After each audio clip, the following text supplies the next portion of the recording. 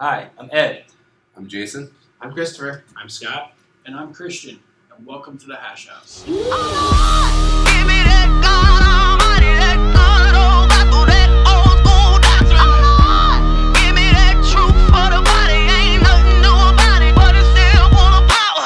Church clap, let me hear the church clap. Church clap, let me hear the church clap. Church clap, let me hear the church clap. Church clap, let me hear the church clap. Give me that church mother in a church hat clap. Man, that sugar gave her color purple coming back clap. When that whole week beat you up and stress you, but you hear that organ playing and remind you of your blood. Yeah.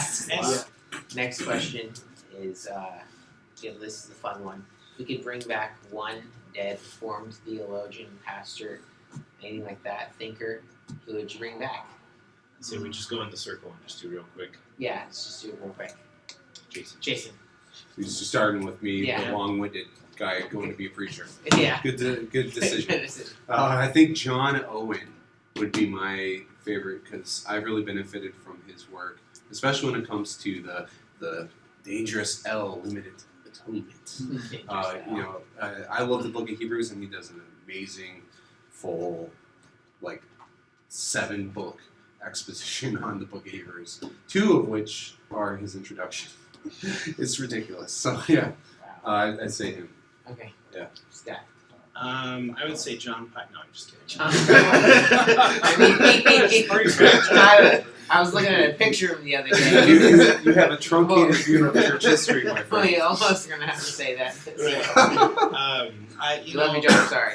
I know I can only pick one, and that's what makes this difficult.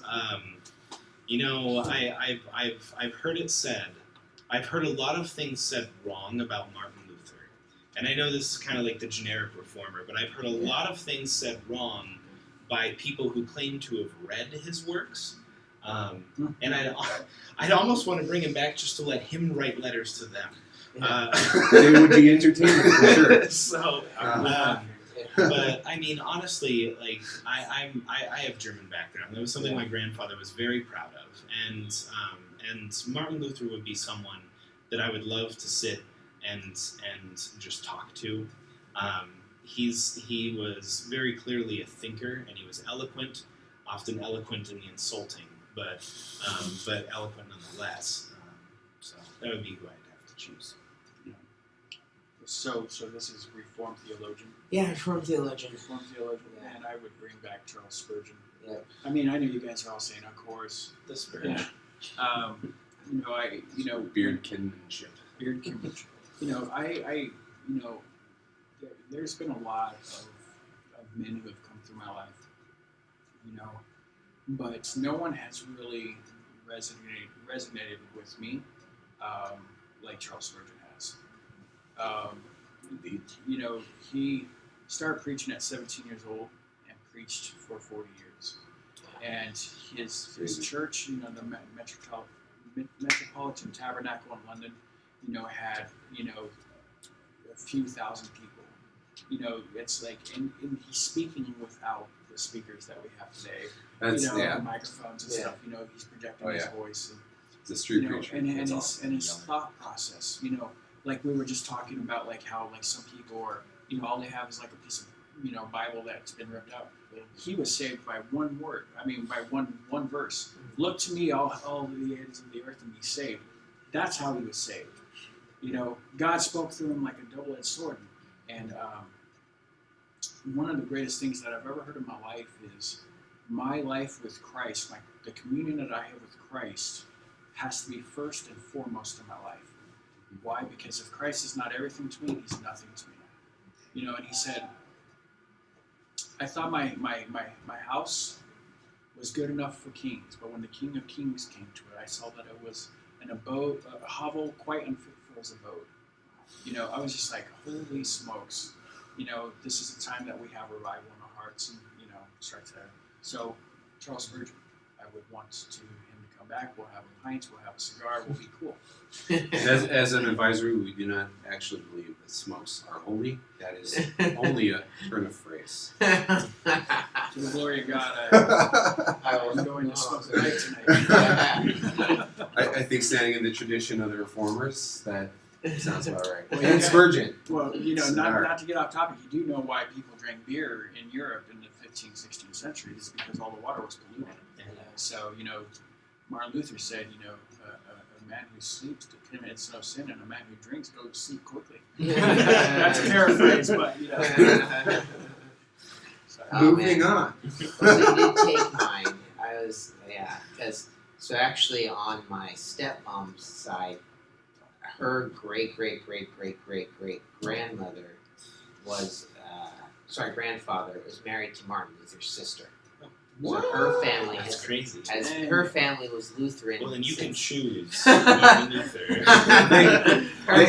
They were super hipster. Yeah, We were yeah. Lutheran before. And they were Lutheran Before anyone else since was Lutheran. since it was possible. Yeah. So, they were Lutheran before it was cool. yeah. So, I mean, maybe I'll just have to choose him because I was already thinking about what I was going to say. But for maybe I want him back for a different reason because the way I framed this question wasn't just that like, oh, we'd get to like spend some time with the person. Like, you know, he was like back today to like help us deal with the issues of like our church and things like that. So Milton, So- we have need of thee in this hour. yeah, Sorry, exactly. Luther. Luther, exactly. So I'll choose Luther and go and say like the reason I would want to bring him back was to then just start writing up another 95 Theses against some other heresy, you know, like and I know a lot of people don't like his rough like language and things like that, but we just need more people to talk like that again. We need more people German. He had He was rough German. edges. He was bad. He was a little bit of a religious version of Trump. Yeah, maybe that's a great way of putting it. Spoke a little too freely. Yeah, but I think we need that again. I think we need men to stand up and speak the truth and Luther, not not be afraid. Yeah, Luther, not Just Trump. want that to be Because Trump's not speaking the truth of any kind. But Luther would come back today, and I think he would just tear some people to shreds. Yeah. Some.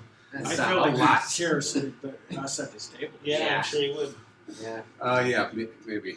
Especially on our views on baptism. Maybe he wouldn't have been for that. So did you say? It's Yeah. in one of our history textbooks that we are privileged to read, he makes a statement to one of his, like the guy that took over that I suddenly forget the name of, but the guy that took over his successors. yes, it was the guy that was taking over his church, but he made the statement that we can do away with such doctrines as baptism of infants. Yes.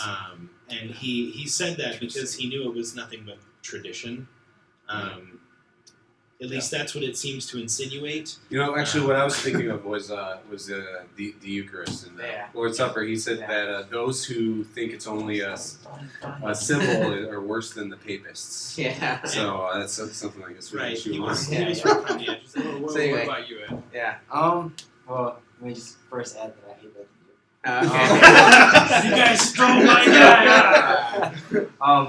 I was just Martin Luther. I went to a Lutheran school growing up, so we had to do a small catechism and all that. But I still have it somewhere. I need to actually pull it out, and, But That's a good one. the thing is, like my reason for wanting to bring him back is nothing deep. I would just love to just walk through a major city with him and just see like how would you respond to this? Like I would like to sit something as simple as sitting there watching YouTube with him. And seeing his face, He would seeing yell a how lot. he would be like, I'd be curious to see like what his reaction toward the non-believing culture would be, and then B toward the church in the midst of that, and what he would say. And if a city, I would say I'd like to pretend that Martin Luther would be the guy that searches funny cat video on YouTube. However, I would assume kind of like that Ninja Turtles. the moment that suggested page comes up, he would be like, I'm sure he would be offended. Where's the theology? Yeah. Where's the thinking? Like, Yeah, I would also be interested to see how he would admonish the church here in the West, because I mean think about it, like back when he was alive there was no street where Catholic churches and then there was a Lutheran church and Episcopalian all on the same street. Yeah. Yeah. So I'd be curious to see how he would even process just seeing that. That is, Yeah. that is Given you're everything right, that Considering, that you is know, true. he's one who his hammer struck the start of it. Yeah. Oh,